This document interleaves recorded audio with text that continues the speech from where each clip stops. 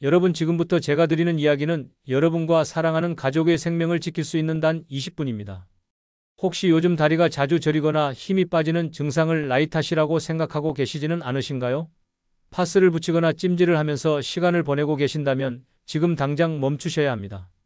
여러분이 단순한 노화라고 여겼던 그 작은 불편함이 사실은 뇌가 보내는 마지막 구조 신호일 수 있기 때문입니다. 저는 30년 넘게 뇌혈관 질환 전조 증상을 연구해온 이경섭 박사입니다. 그동안 수천 명의 어르신들을 만나면서 한 가지 분명한 사실을 발견했습니다. 뇌경색으로 쓰러진 분들의 70% 이상이 몇 주, 심지어 몇 달 전부터 분명한 경고 신호를 받았지만 이를 그냥 넘겼다는 사실입니다. 얼굴 마비나 말이 어눌해지는 증상은 이미 상당히 진행된 상태입니다. 뇌는 그보다 훨씬 더 일찍 가장 조용하게 우리의 다리를 통해 경고를 보내기 시작합니다. 이 신호를 놓치는 순간 여러분은 돌이킬 수 없는 후회를 하게 되실 겁니다. 많은 분들이 뇌경색을 어느 날 갑자기 찾아오는 재앙이라고 생각하십니다. 하지만 실제로는 전혀 그렇지 않습니다. 혈관은 아주 오랜 시간에 걸쳐 서서히 좁아지고 막히면서 우리 몸 곳곳에 수많은 경고 신호를 보냅니다. 문제는 이 신호가 너무 미약하고 너무 흔한 증상으로 나타나기 때문에 대부분 이를 간과한다는 것입니다. 왜 하필 다리일까요? 다리는 우리 몸에서 심장으로부터 가장 멀리 떨어진 곳입니다. 마치 긴 호스로 정원에 물을 줄 때 수압이 약해지면 호스 끝부분에서 물줄기가 가장 약하게 나오는 것처럼 뇌혈관에 문제가 생겨 혈액 공급이 조금이라도 불안정해지면 다리로 가는 신경에 가장 먼저 영향을 미치게 됩니다. 뇌에서 다리로 보내는 운동 신호가 제대로 전달되지 않으면서 여러분의 다리는 단순한 근육 문제가 아닌 뇌 이상 신호를 가장 먼저 드러내기 시작합니다. 이 작은 징후를 알아차리지 못하면 뇌는 돌이킬 수 없는 손상을 입게 됩니다. 지금부터 뇌경색 위험을 조기에 발견할 수 있는 결정적인 방법을 알려드리겠습니다. 오늘 이 영상을 끝까지 보시고 여러분이나 주변 가족분들에게서 혹시 이런 신호가 있었는지 댓글로 남겨주세요. 여러분의 경험이 다른 분들에게 큰 도움이 될 수 있습니다. 제가 실제로 만났던 분의 이야기를 들려드리겠습니다. 은퇴하신 엔지니어셨던 65세 김민호 님이 계셨습니다. 이분은 몇 주 전부터 오른쪽 발을 자꾸 바닥에 끌기 시작하셨습니다. 젊은 시절 공사 현장에서 다쳤던 무릎 때문이라고 생각하시며 파스만 붙이고 계셨다고 합니다. 아버지를 늘 살피던 따님이 어느 날 이상한 점을 발견했습니다. 신발 앞굽이 유독 오른쪽만 심하게 닳아 있었던 것입니다. 왼쪽 신발은 멀쩡한데 오른쪽만 앞부분이 거의 다 닳아 있었습니다. 따님은 뭔가 심상치 않다는 생각에 아버지를 설득해서 검진을 받게 했습니다. 검사 결과는 충격적이었습니다. 왼쪽 뇌혈관의 협착이 상당히 진행되고 있었던 것입니다. 전문가는 이대로 방치했다면 몇 주 내로 큰 뇌경색이 올 수 있었다고 말했습니다. 다행히 딸분의 세심한 관찰과 빠른 조치 덕분에 적절한 관리를 시작할 수 있었고 지금은 건강하게 지내고 계십니다. 만약 그 신발 앞굽의 변화를 놓쳤더라면 어떻게 되었을까요? 생각만으로도 끔찍한 일입니다. 이것이 바로 제가 오늘 여러분께 꼭 전하고 싶은 메시지입니다. 오늘 이 영상에서 말씀드릴 내용은 여러분의 건강관리 방식을 완전히 바꿀 수 있는 중요한 지혜입니다. 이 이야기를 끝까지 듣고 실천하셔야만 진정한 변화를 경험하실 수 있습니다. 끝까지 보지 않으시면 가장 중요한 실천법을 놓치게 됩니다. 특히 마지막에 나올 3분 루틴이 모든 것을 바꿀 수 있습니다. 뒤에 나올 자가점검 방법을 모르시면 지금까지의 노력이 의미 없어질 수 있습니다. 뇌경색을 막는 첫걸음은 기존의 상식을 바꾸는 것입니다. 뇌경색은 갑작스러운 얼굴 마비로 시작되는 것이 아니라 오랜 시간 다리를 통해 미리 경고합니다. 여기서 핵심은 편측성입니다. 양쪽 다리가 모두 아프다면 근육이나 관절 문제일 가능성이 높습니다. 하지만 한쪽 다리에만 지속적으로 이상이 나타난다면 이것은 뇌가 보내는 심각한 경고 신호입니다. 여러분의 일상에서 이런 한쪽 다리만의 이상 징후를 놓치지 않고 알아차리는 것, 이것이야말로 생명을 구하는 가장 확실한 방법입니다. 여러분의 작은 습관 교정만으로도 충분히 예방할 수 있는 일이죠. 그래서 이제는 우리 일상에서 뇌경색과 직접 연결되는 다리의 신호들을 하나씩 짚어보겠습니다. 오늘 당장 여러분과 가족의 신발 밑창을 확인해 보세요. 한쪽 신발의 앞부분만 유난히 빨리 닳았다면 그것은 발을 끄는 증상의 명백한 증거입니다. 이는 뇌에서 보내는 조용하지만 절박한 신호일 수 있습니다. 신발 굽이 한쪽만 닳는다는 것은 걸을 때마다 그쪽 발을 제대로 들어 올리지 못하고 끌고 있다는 뜻입니다.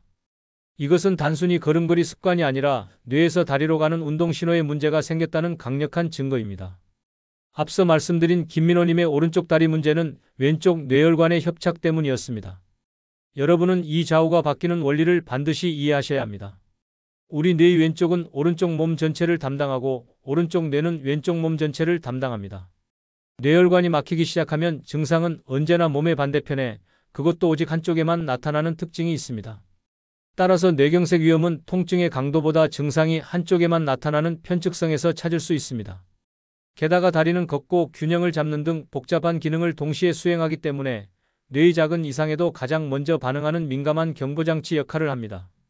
많은 어르신들이 양쪽 다리의 관절 통증이나 근육통과 뇌경색 신호를 구별하지 못해 소중한 시기를 놓치고 계십니다. 한쪽 다리의 힘이 갑자기 빠지는 현상도 주의 깊게 살펴보셔야 합니다. 이것은 뇌에서 다리로 보내는 운동 신호가 제대로 전달되지 않아서 발생하며 일반적인 근력 저하와는 달리 힘이 갑자기 뚝 풀리는 형태로 나타납니다. 오래 앉았다 일어날 때뿐만 아니라 걷다가도 갑자기 한쪽 다리에 힘이 들어가지 않는 것처럼 느껴집니다. 제가 만났던 68세 이재호님은 오랜 시간 동안 택시기사 일을 하셨던 분입니다. 이분은 장시간 앉았다가 일어설 때마다 유독 오른쪽 다리에 힘이 쑥 빠져 휘청거리는 증상을 자주 겪으셨습니다. 직업 특성상 오랜 시간 앉아 계셨기 때문에 당연히 근육이 굳은 것이라고 생각하셨습니다. 그런데 증상은 점점 심해졌습니다. 아침에 일어날 때도 오른쪽 다리에만 힘이 들어가지 않았고 식사 후 자리에서 일어날 때도 마찬가지였습니다. 가족들이 이상하게 여겨 한 가지 테스트를 해보게 했습니다. 팔짱을 낀 채로 의자에서 5번 일어섰다 앉기를 반복하는 것이었습니다. 그런데 놀라운 일이 벌어졌습니다. 일어서려고 할 때마다 오른쪽 다리에만 힘이 들어가지 않으면서 몸이 계속 오른쪽으로 기울었던 것입니다. 중심을 잡으려고 애를 써도 오른쪽으로 쏠리는 것을 막을 수가 없었습니다. 이것은 단순한 근육 문제가 아니었습니다. 의자에서 일어설 때는 양쪽 다리에 균등하게 힘이 실려야 하는데 한쪽에만 힘이 들어가지 않는다는 것은 뇌에서 보내는 운동신호에 문제가 있다는 명백한 증거였습니다. 가족들은 이분을 바로 검진받게 했고 검사 결과 왼쪽 뇌혈관의 협착이 상당히 진행된 상태였습니다. 전문가는 만약 몇 주만 더 지체했더라면 큰 뇌경색으로 이어질 수 있었다고 말씀하셨습니다. 한쪽 발이 자꾸 걸려 넘어지는 현상도 매우 중요한 신호입니다. 이것은 뇌가 발의 위치를 정확히 인식하는 능력, 즉 고유 감각이 떨어졌다는 신호입니다. 계단이나 문턱에서 반복적으로 한쪽 발이 걸리는 것은 여러분의 주의력 문제가 아니라 뇌혈관 문제로 인한 심각한 균형 신호입니다. 특히 같은 쪽 발만 계속 걸린다면 이것은 반드시 확인해 보셔야 할 위험 신호입니다. 한쪽 발의 감각 이상도 절대 간과하시면 안 됩니다. 소매업을 하셨던 74세 오숙자님이 계셨습니다. 이분은 몇 달 전부터 왼쪽 발바닥이 마치 두꺼운 솜을 밟는 것처럼 둔하게 느껴지는 증상을 겪으셨습니다. 남편분이 양쪽 무릎 관절염으로 오랫동안 고생하고 계셨기 때문에 가족들은 당연히 이 증상도 관절 문제라고 생각했습니다. 그런데 증상은 남편분의 것과 분명히 달랐습니다. 남편분은 양쪽 무릎이 모두 아프고 계단을 오르내릴 때 특히 통증이 심했습니다. 하지만 이분의 증상은 오직 왼쪽 다리에만 나타났고 통증보다는 감각이 이상한 느낌이었습니다. 걸을 때마다 왼쪽 발바닥 감각이 무뎌져서 마치 두꺼운 양말을 신은 것 같았습니다. 계단을 내려갈 때도 왼쪽 발이 바닥에 닿는 느낌을 제대로 느낄 수 없어서 조심스럽게 걸어야 했습니다. 밤에 잠을 자다가도 왼쪽 다리의 이상한 감각 때문에 깨는 일이 잦아졌습니다. 가족들은 처음에는 나이가 들면서 생기는 자연스러운 증상이라고 여겼습니다. 하지만 증상이 계속 왼쪽에만 나타나고 몇 주가 지나도 전혀 나아지지 않자 결국 검진을 받게 되었습니다. 검사 결과는 예상 밖이었습니다. 오른쪽 뇌의 감각 피질로 가는 혈류가 부족해서 생긴 문제였습니다. 뇌가 발바닥에서 오는 감각 정보를 제대로 해석하지 못하면서 이런 이상한 느낌이 생긴 것이었습니다. 이는 일반적인 관절염이나 말초 신경 문제와는 전혀 다른 뇌혈관 문제였습니다. 다행히 초기에 발견해서 혈관 관리를 시작할 수 있었습니다. 만약 남편분과 같은 관절 문제라고 단정짓고 몇 달을 더 방치했다면 어떻게 되었을까요? 큰 뇌경색으로 이어졌을지도 모를 일입니다. 걸음걸이의 비대칭도 중요한 신호입니다. 걸을 때 한쪽 발만 끌리거나 한쪽 다리를 들어올리는 높이가 달라진다면 주의하셔야 합니다. 가족들의 걸음걸이를 유심히 관찰해 보세요. 걷는 소리나 걸음 패턴이 평소와 달리 한쪽만 불규칙하거나 한쪽 발을 끄는 소리가 난다면 이것은 단순한 습관이 아닐 수 있습니다. 계단을 오를 때 한쪽 다리만 유독 힘들어하는 것도 살펴보셔야 합니다. 양쪽 다리를 모두 사용해서 올라가야 하는데 한쪽 다리에만 의존해서 올라간다면 반대편 다리의 근력 약화를 의심해 볼 수 있습니다. 이것이 며칠이 아니라 몇 주 동안 계속된다면 반드시 확인이 필요합니다. 양말이나 신발을 신을 때 한쪽 다리로 균형을 잡기 어려운 것도 균형 감각의 문제를 나타냅니다. 이전에는 문제없이 하던 동작인데 갑자기 한쪽 다리로 서 있기가 어려워졌다면 이것은 뇌의 균형 중추에서 보내는 신호일 수 있습니다. 마지막으로 한쪽 다리의 온도 감각이 둔해지는 것도 주의해야 할 증상입니다. 여러분, 일상 속의 사소한 변화를 생명과 직결된 증거로 받아들이셔야 합니다. 계단을 오를 때 한쪽 다리만 휘청인다거나 신발 앞창이 한쪽만 유난히 빨리 닳는 것은 뇌가 보내는 시각적 단서입니다. 특히 걷는 동작은 뇌와 손의 신경계가 복잡하게 협업해야만 가능한 행동입니다.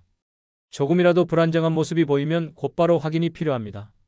이제 이런 신호들을 어떻게 조기에 발견하고 대처할 수 있는지 구체적인 방법을 알려드리겠습니다.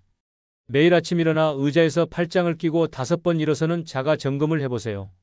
한쪽 다리에만 힘이 들어가지 않는다면 단순한 근육 약화가 아닙니다. 앞서 이재원님처럼 매일 아침 이 점검을 하는 습관이 여러분의 생명을 지켜줄 수 있습니다.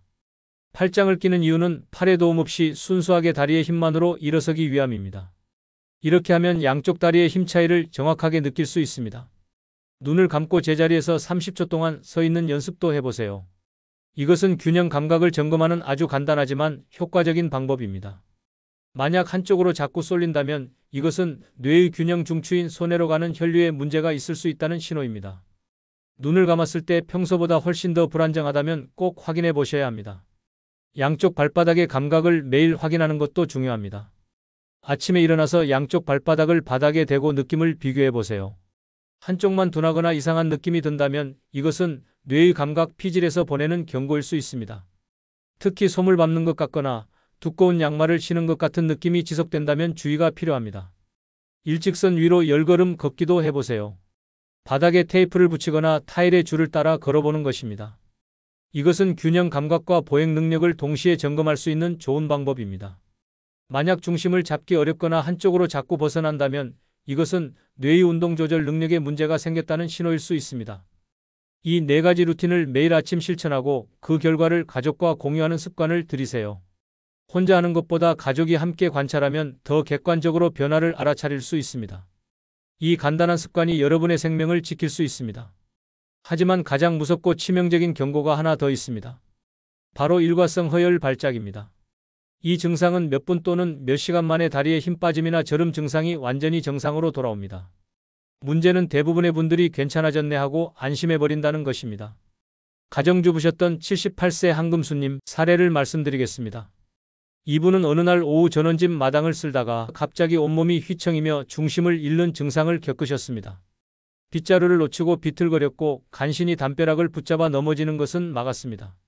왼쪽 다리에 전혀 힘이 들어가지 않았고 마치 다리가 내 것이 아닌 것처럼 느껴졌다고 하십니다. 그런데 10분 정도 지나자 증상이 완전히 사라졌습니다. 다리에도 힘이 돌아왔고 다시 걸을 수도 있었습니다. 그분은 아마 일시적으로 어지러웠나 보다 하고 생각하시며 다시 집으로 들어가려고 하셨습니다. 증상이 없어졌으니 별일 아니라고 여기신 것이죠. 다행히 동생분이 그 모습을 보고 계셨습니다. 동생분은 즉시 119에 연락하였고 결국 응급실에 가시게 되었습니다. 응급실에 도착했을 때는 이미 증상이 완전히 사라진 뒤였습니다. 그분은 이제 괜찮은데 왜 응급실에 와야 하는지 이해하지 못하셨습니다. 하지만 전문가의 설명은 충격적이었습니다. 증상이 사라진 바로 그 순간부터 48시간 카운트다운이 시작되었으며 동생분의 재빠른 판단이 아니었다면 며칠 안에 큰 사고로 이어질 수 있었다는 것입니다. 실제로 검사 결과 오른쪽 뇌혈관에 심각한 협착이 발견되었고 당장 혈전용의 조치와 혈관 확장 시술이 필요한 상태였습니다. 일과성 허열 발작은 마치 지진 전에 오는 전조 지진과 같습니다.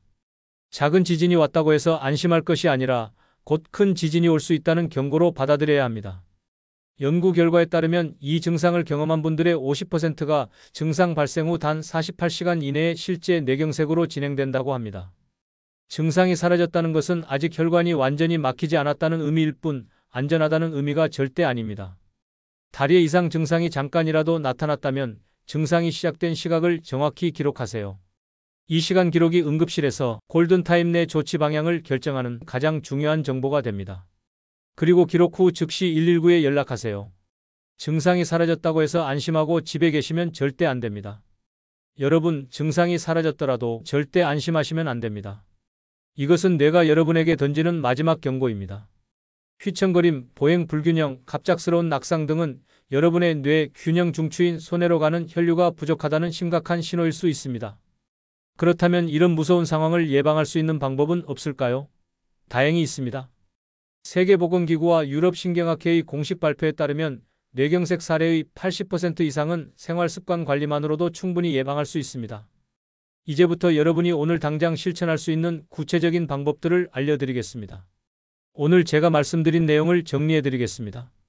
많은 분들이 뇌경색은 갑자기 찾아온다고 생각하시지만 실제로는 몇 주, 심지어 몇 달 전부터 다리를 통해 경고 신호를 보냅니다. 잘못된 상식은 다리가 저리거나 힘이 빠지는 것을 단순히 나이 탓이나 관절 문제로 여기는 것입니다. 올바른 관리는 한쪽 다리에만 나타나는 증상을 뇌의 경고 신호로 받아들이고 즉시 확인하는 것입니다. 만약 이런 신호들을 무시하고 잘못 관리한다면 어떻게 될까요?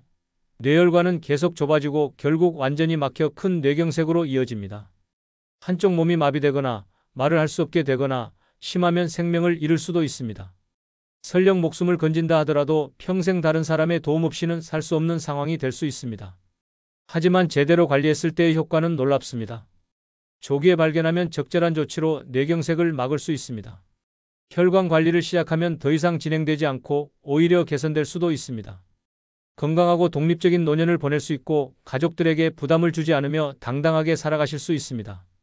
뇌경색의 주요 원인인 고혈압, 당뇨, 고지혈증은 모두 생활습관과 밀접한 관련이 있는 질환입니다. 혈압이 높으면 혈관벽이 손상되고 콜레스테롤이 달라붙어 결국 혈관이 막히게 됩니다. 당뇨가 있는 분들은 혈관이 염증에 취약해져서 뇌경색 위험이 3배 이상 높아집니다.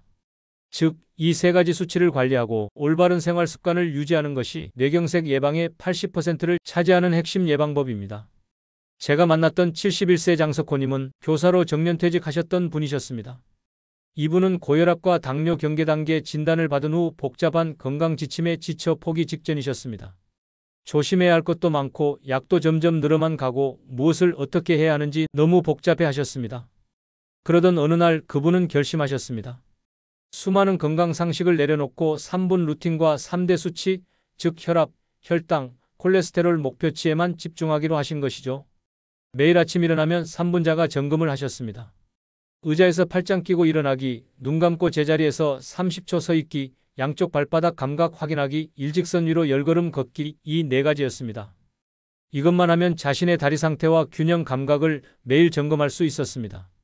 식단도 간단하게 바꾸셨습니다.